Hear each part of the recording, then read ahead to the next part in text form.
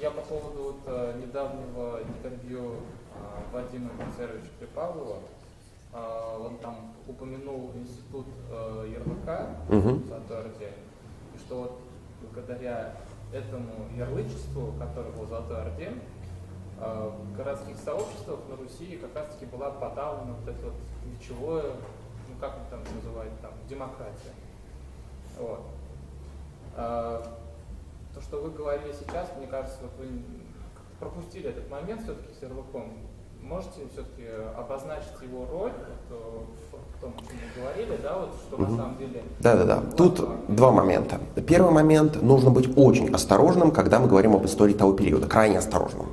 Потому что до нас дошло очень мало документов. Ну, просто, это вот моя главная претензия, например, к школьному курсу истории, что если прочитать учебник и ничего кроме него, то может сложиться впечатление, что вот там Ледовое побоище факт и Бородинская битва факт. И что вот это факты одного порядка. Это бред собачий. На самом деле количество доступной нам информации, оно крайне неравномерно распределено по странам и периодам. Ну, я просто поясню. Я сейчас могу ошибаться в точных цифрах, потому что на память говорю, но порядок примерно такой. От XII века от Руси дошло там что-то типа 140 документов, от XIII что-то там 600, XIV около 1000. Вот в Испании есть такое королевство Арагон на востоке Испании. Знаете, сколько там документов за XIV век? На Руси что-то около 1000, а там сколько? 6 миллионов. То есть речь идет о том, что говорить всерьез об истории Руси такого периода с такой же уверенностью, как об истории Испании, это несерьезно. Почему? Ну, во-первых, там было гораздо больше грамотных людей. Кроме того, там было развитое городское самоуправление, нотариальные конторы, там все заверялось, записывалось, и кроме того, дома каменные, так что гораздо реже горело. А от Руси-то практически ничего не осталось. Это первый момент, который, в принципе, важно всегда держать в уме, когда мы говорим об истории того периода.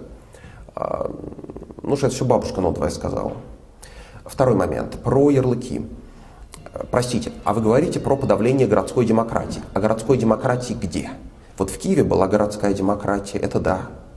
В Новгороде была городская демократия, это да. В Владимиро-Суздальской земле никаких веч никогда не было.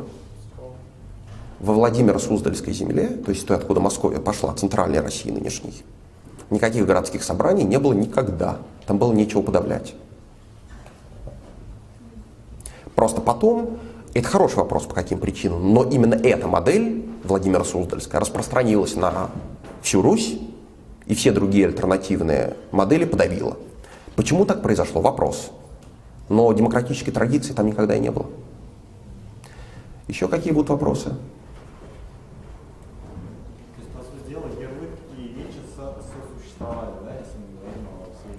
Да, то есть в Новгороде вечи и ярлыки существовали по сути, до завоевания Новгорода Московией.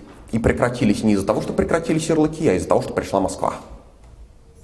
В этом плане там какие-то рассуждения на тему подавления городской демократии из ярлыков, это там чистейшая хуцпа. Городская демократия была уничтожена не ордынским завоеванием, она была уничтожена завоеванием московским. После ордынского завоевания она спокойно еще 250 лет существовала.